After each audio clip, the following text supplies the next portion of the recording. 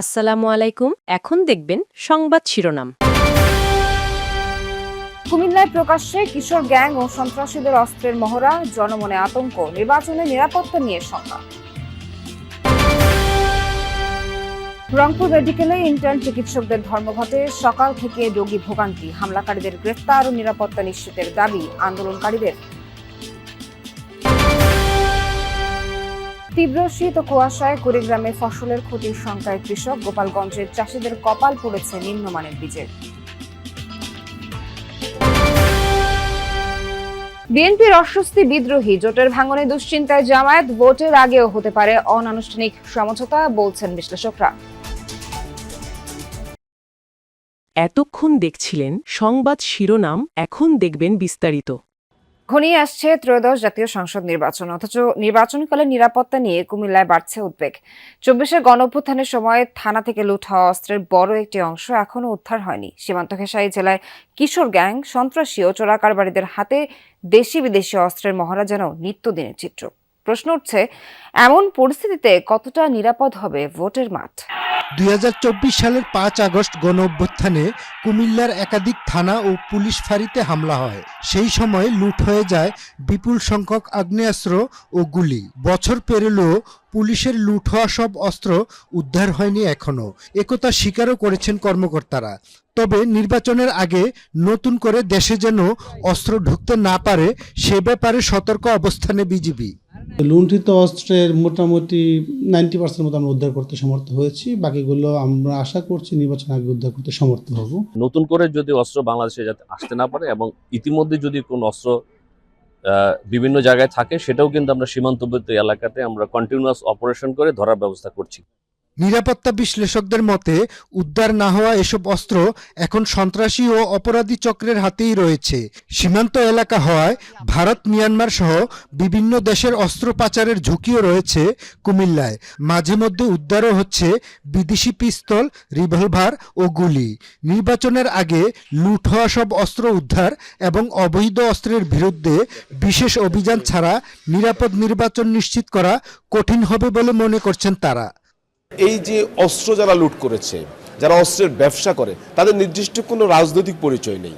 তারা যখন যার হয়ে অস্ত্রটি ব্যবহার করতে পারে তারা তখন সেই রাজনৈতিক দলের কর্মী হয়ে যায়। XYZ কারো না কারোর কাছে আছি, দেশের বাইরে কিন্তু যায়নি।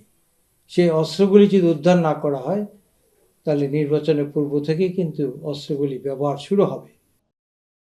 ইন্টার্ন চিকিৎসকদের মারধরের অভিযোগে অনির্দিষ্টকালের জন্য ধর্মঘট কর্মসূচি শুরু করেছেন রংপুর মেডিকেল কলেজ হাসপাতালের ইন্টার্ন চিকিৎসকরা। পরিস্থিতি তো আগের মতোই আছে, অর্থাৎ ধর্মঘটের কারণে ইন্টার্ন চিকিৎসক যারা আছেন তারা তো এখানে কোনোভাবেই কাজে অংশ নেননি, কোনো সেবায় অংশ নেননি। তবে হাসপাতালের যিনি পরিচালক জনাব ব্রিগেডিয়ার জেনারেল আশিকুর রহমান তিনি বলেছেন যে মিড লেভেলের যে চিকিৎসকরা আছেন তাদেরকে দিয়ে চিকিৎসা কার্যক্রমটি পরিচালনা করা হচ্ছে। তবে আমরা যেটা দেখেছি যে নার্সরাই এখন একমাত্র ভরসা, তারা ডাক্তাররা কিন্তু এখানে আসতেছেন না। আর ব্রিগেডিয়ার জেনারেল আশিকুর রহমান যেটি জানিয়েছেন যে তিনি কথা বলেছেন তাদের সাথে, ইন্টার্নি চিকিৎসকদের সাথে, এবং এই ঘটনায় অভিযুক্তের বিরুদ্ধে একটি জিডিও করা হয়েছে থানায় এবং পুলিশের যে মেট্রোপলিটন মহানগর পুলিশ কমিশনারকে জানানো হয়েছে যে তাকে গ্রেপ্তার করার জন্য।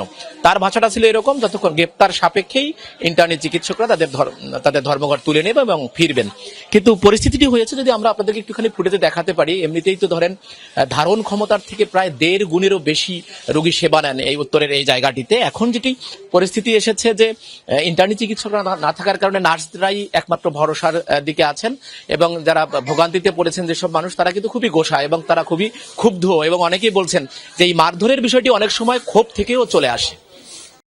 তীব্র শীতে এবার কুড়িগ্রামে ফসলের ক্ষয়ক্ষতির শঙ্কায় কৃষকরা, বলছেন শৈত্যপ্রবাহের কারণে সবজিতে পোকামাকড়ের উপদ্রব বেড়েছে, নষ্ট হয়েছে শস্যের বীজতলা। অন্যদিকে গোপালগঞ্জের চাষিদের অভিযোগ, এবার নিম্নমানের বীজের কারণে ক্ষেতের ফসল নষ্ট হয়েছে। বিষয়টি খতিয়ে দেখছে কৃষি বিভাগ। কুড়িগ্রামে শীত শুরু হয়েছে অক্টোবর থেকে। পৌষের শীতে অনেকটা স্থবির হয়ে পড়ে জনজীবন। বেশ কয়েকটি শৈত্যপ্রবাহের প্রভাব পড়েছে ফসলের মাঠেও। জেলার ১৬টি নদ নদীর ৪.৫ শতাধিক চরে প্রায় ৪৫,০০০ হেক্টর আবাদি জমি। মরিচ, বেগুন, করলা সহ বিভিন্ন ফসল উৎপাদন হয় সেখানে। কৃষকরা বলছেন তীব্র ঠান্ডায় নষ্ট হয়েছে বোরোর বীজতলা। ঘন কুয়াশায় আলু সহ বিভিন্ন সবজির ফুল ফলে পচন ধরছে।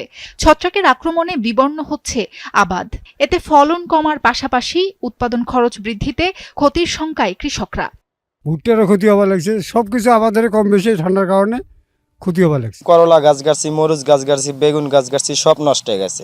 এমন শীত গাছে এত ওষুধ পানি দিচ্ছি তাও কাজ হয় নাই। যেটা নমল বাতে বিছন পাচ্ছে সেটা বিছন গাড়ার মতন এখন উপযুক্ত হয় নাই, যতক্ষণ দিন ছাড়ে নাই। ঠান্ডায় তো আমাদের কোনো বর্তমানে বীজ নেই, বীজ যখন ঝেলে ফেলাইছে এলে সম্পূর্ণ নষ্ট হয়ে যাচ্ছে। বিঘা প্রতি 10 থেকে 15,000 টাকা বেশি উৎপাদন খরচ বাড়তেছে। ক্ষতির হাত থেকে রক্ষায় ওষুধ স্প্রে করা, রাতে পলিথিন দিয়ে বীজতলা ঢেকে দেয়া সহ বিভিন্ন পরামর্শ দিচ্ছেন কৃষি কর্মকর্তারা। বড় বীজতলা আমরা প্রায় 52 থেকে 53 হেক্টর আক্রান্ত পেয়েছি।